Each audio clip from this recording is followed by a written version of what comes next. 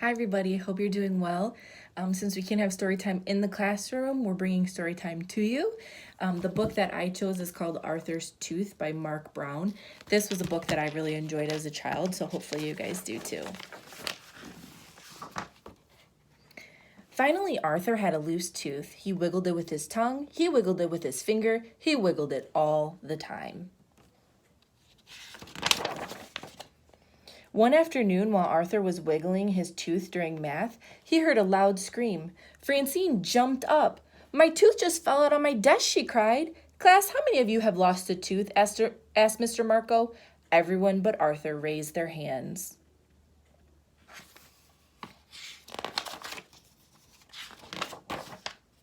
When Arthur got home, he didn't want any milk and cookies. "What's the matter, Arthur?" his mother asked. "I'm the only one in my class who still has all his baby teeth," he complained.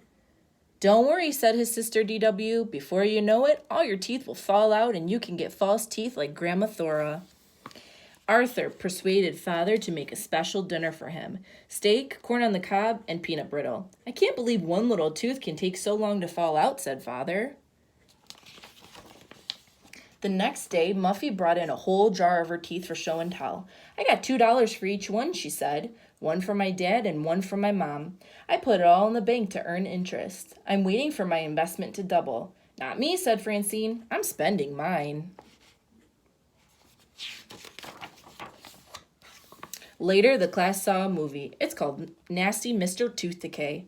Between the ages of 4 and 7, the announcer began, everyone begins to lose their deciduous or baby teeth. "Everyone except Arthur," shouted Francine. The whole class laughed. Arthur slid down in his seat. He wiggled his tooth as hard as he could.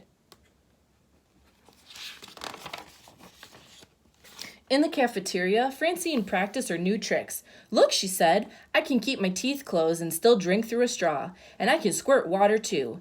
Everybody line up for a squirting contest." Everybody except Arthur. Babies with baby teeth can't squirt water. By the next day, Arthur was convinced his loose tooth would never fall out. His friends tried to help.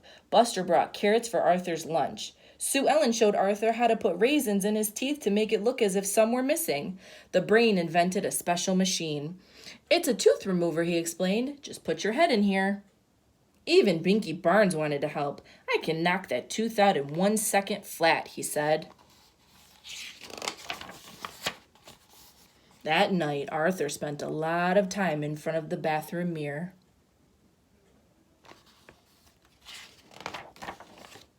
He got up very early the next morning to wiggle his tooth again. "See how much looser it is?" he told his parents.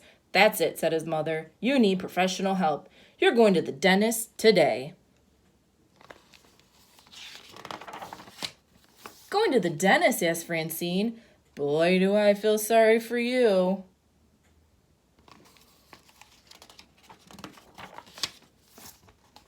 There were other patients waiting to see Dr. Sorzio. "Sorry," said the nurse, "we're running late. Have a seat." "Arthur, you were smart to bring a book," said Mother.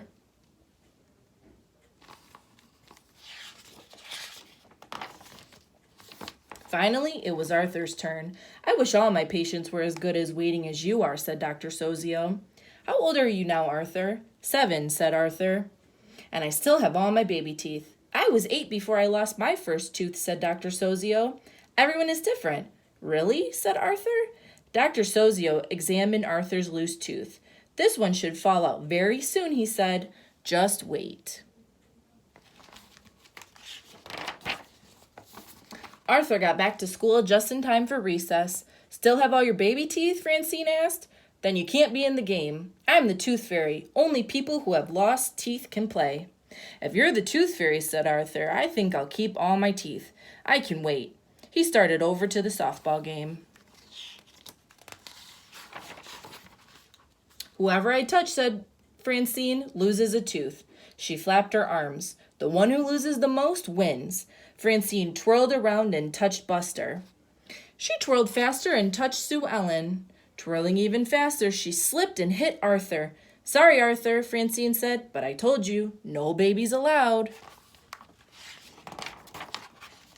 Arthur picked up his glasses. "It's okay," he said. It's probably the nicest thing you've ever done for me.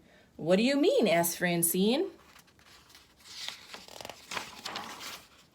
Arthur just smiled. The end. Hope you guys enjoyed it. We'll talk soon. Bye.